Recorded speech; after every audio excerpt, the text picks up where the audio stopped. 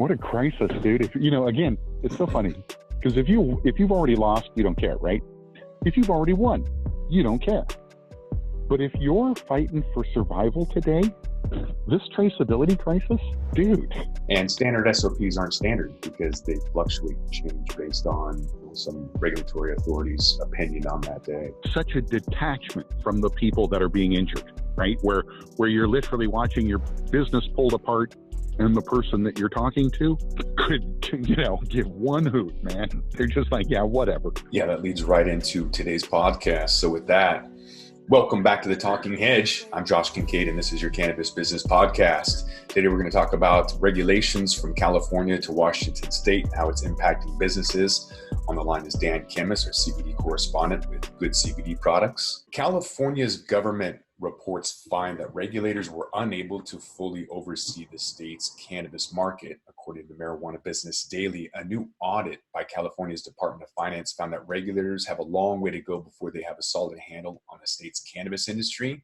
So the report concluded that despite having established a structural foundation for managing the legal cannabis industry, the California Bureau of Cannabis Control said, quote, current status and location of personnel is not sustainable and provide effective and comprehensive oversight of cannabis activities. The article goes on to say that it's noted the agency's enforcement staff has dozens of unfilled positions and a vacancy rate of approaching 80%, making it harder for regulators to ensure that the legal supply chain is running the way that it's supposed to. So here's a basic breakdown of the situation.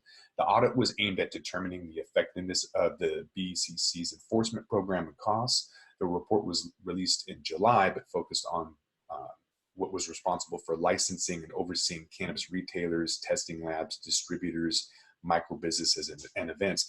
But the other two agencies that regulate growers and manufacturers were not part of the audit. And so whether it's California or Washington, we're seeing that regulation is really impacting business.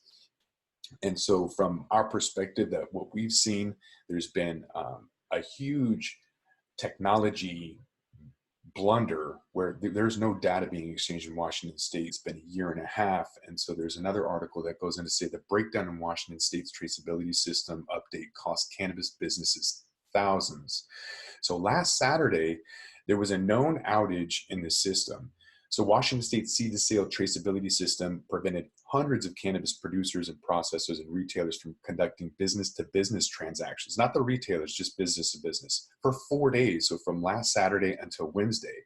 So the outage started Saturday night and ended Wednesday morning, resulting in significant lost sales, according to some people in the business.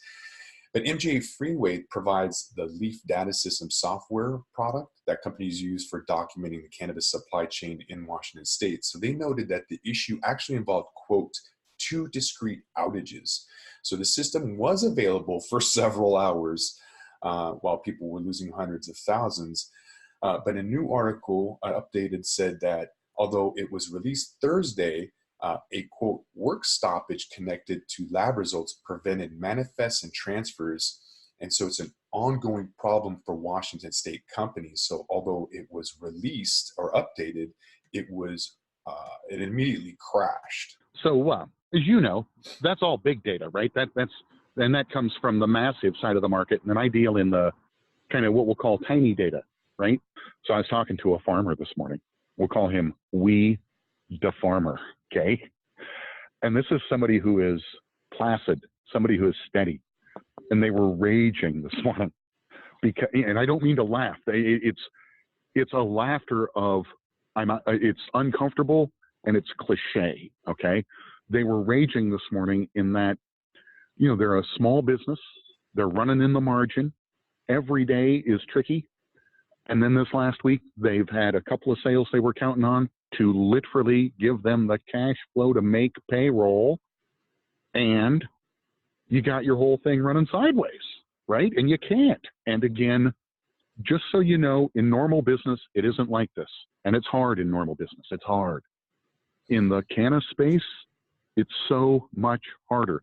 The other thing about this is the people who should be accountable, the people who should at least look you in the eye and say, hey, man, I'm sorry, we're trying.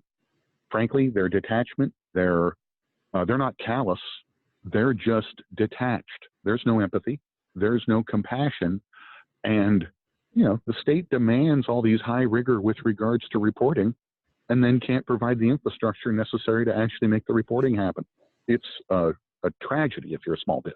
Just last fall, the Washington State Liquor and Cannabis Board, our regulator, implemented rules that would have affected 70% of the edibles market by changing the color and shape requirements. And so that's really kind of sent a signal to the people in the industry questioning whether or not this regulatory agency is even a legitimate authority. And so there's a bill in the state to dissolve the Washington State Liquor Cannabis Board. And so I'm not sure if that's going to go anywhere, but it does send a signal to the regulators saying that, what you're trying to do is not really in the best interest of the industry. And they have a fiduciary duty to taxpayers in order to abide by the rules that people voted for it. And they're not really helping us out. The data's not there. There's mishandling and misappropriation of funds. And Jim McCrae at Straight Line Analytics, he asked who's accountable, who's going to pay for this? Is there any audit on them like they had in California? And there should be. There should be accountability. People should be fired. And all of these businesses that lost money should have, tax credits or availability to recoup that loss. This isn't a new industry now. This thing with MJ Freeway has been going on for an interminable length of time. Where is the recourse as the small business person? Honestly, I'm so glad I'm in the data reporting media side because I had a lot of choices to make, right? And it would be so easy to be out there involved in producer, processor, making an edible, doing something with technology. I'm so glad I'm on this side where you get to tell the story because the story is amazing, but on the ground, these people, this is hard. It's hard. Having worked for a stockbroker dealer, I can tell you that there's a lot of regulation in filing an IPO.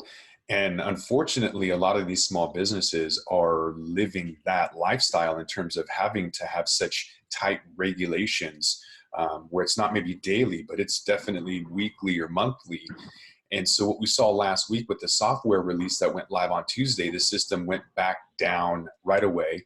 But then the Liquor and Cannabis Board for Washington State announced the next day, this is just last Wednesday, the next day that the software had been completed and it was back up. But on Thursday, they asked all of these companies, oh, by the way, you have to use this web form manifest to, quote, alleviate the flow blocks.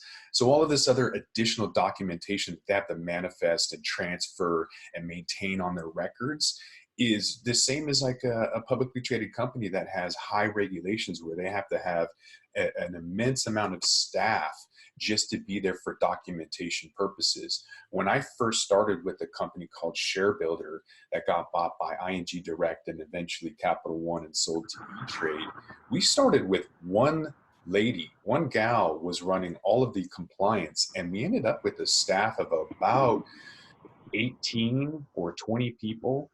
And so, when you get bigger, you realize that you need a team to do this. It's not just a small business. I mean, to have 20 people doing compliance alone is ridiculous. And a lot of these small businesses don't even have the capacity for one person for something like social media, let alone compliance. Oh, and again, throw your hands up in frustration. It's not an option. Ultimately, your capacity to deal in the market means that you must be able to look at the requirements at the regulator and say, okay, all right. Because again, if you are a dissident, okay, if you are somebody who says, well, this is ridiculous, you're making it impossible for me to do business, I'm just going to go over here and turn some product, you'll suffer. Boy, will you suffer. And we saw how companies do suffer with Agrima Botanical or Easton Industries that from yesterday's podcast that lost their license in Canada, the first one from non-compliance. And now they're going to have shareholder lawsuits and all of these things when, if you just had followed the process and had some more people involved with compliance and staying within the legal limits, you would still be in business. And a lot of these companies now, the small businesses, won't be able to keep up with the compliance requirements and the constant changes. I got to interject here. This is the thing, Kron, is again, and at the same time, come on, let's make those compliance requirements manageable. again, when you look at the MJ Freeway situation, there's this isn't something that happened last week and, oh, geez, they're trying. This has been an ongoing problem for over a year now. Data is the number 2 investment vehicle driver. And we just had Brian Yeager on the podcast for Bud Tenders, who pivoted with lemonhaze.com, which was a data aggregator and told you all the top brands and sales and where things were going. When that data stopped, he pivoted to focus on Bud Tenders. They're an important integral part of the industry, and to highlight and focus on them with events is great with education. But that was a serious stretch. That was a significant pivot for him with that lack of data. And I can tell you it took him a while to maybe get back to the revenues he saw. Maybe he hasn't. I haven't really talked to him about it. But there are companies like him that didn't survive, that couldn't pivot. Well, yeah, and this is the thing, right, is again, when they made that move, you can bet they anticipated being wired back into that data soon, right? And now it's been, what, a year and a half? I mean, again, if you're that business, it's been so long that what started as an emergency move, I'm sure, has become it's now your general direction until that's sussed up. I've been in meetings where we've all sat there and heard the people say, yeah, next month this will be up and running. And I mean, next month has come and gone so many times, they have no credibility. They being the regulatory and the software and services provider that are attempting to come together to make this happen. Again, how many times can I tell you it'll be fine tomorrow before you lose faith?